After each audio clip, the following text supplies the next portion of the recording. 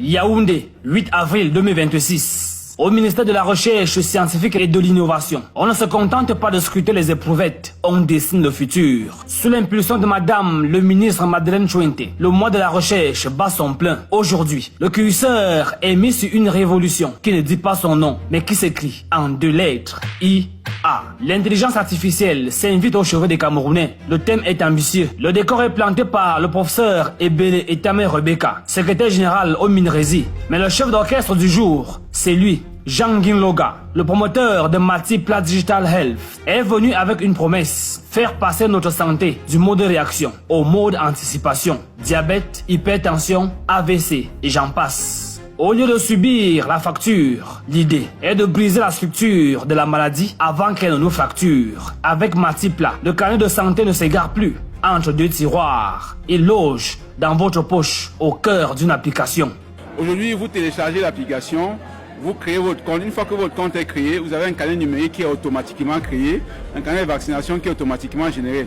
À partir de là, chaque fois que vous allez chez le médecin, il va y introduire vos informations médicales, il va générer vos ordonnances, il va générer vos ordonnances d'examen, il va générer vos comptes rendus de consultation. Et ainsi, il va pouvoir utiliser ces informations-là pour vous accompagner au quotidien dans vos démarches de consultation. Elle a vocation à aider les gens à éviter la maladie, à se prendre en charge automatiquement. Mais surtout, elle permettrait de mettre en place un meilleur suivi médical des populations et elle permettrait aux médecins de continuer l'acte médical même après l'hôpital.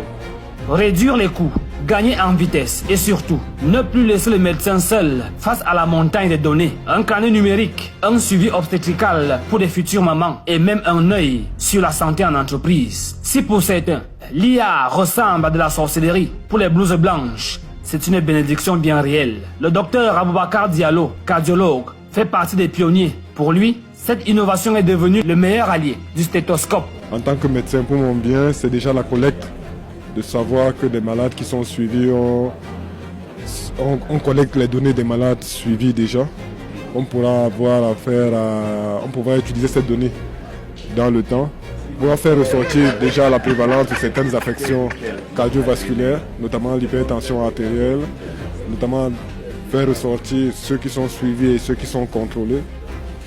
Et surtout pour le bien des malades, dans le sens où cette application va permettre le respect déjà de la prise en charge, notamment le respect de la prise des comprimés, des médicaments qui sont prescrits, le rappel des rendez-vous pour le suivi, notamment chez le médecin qui les suit, et surtout le respect des mesures hygiéno-diététiques qui seront prescrites par les médecins.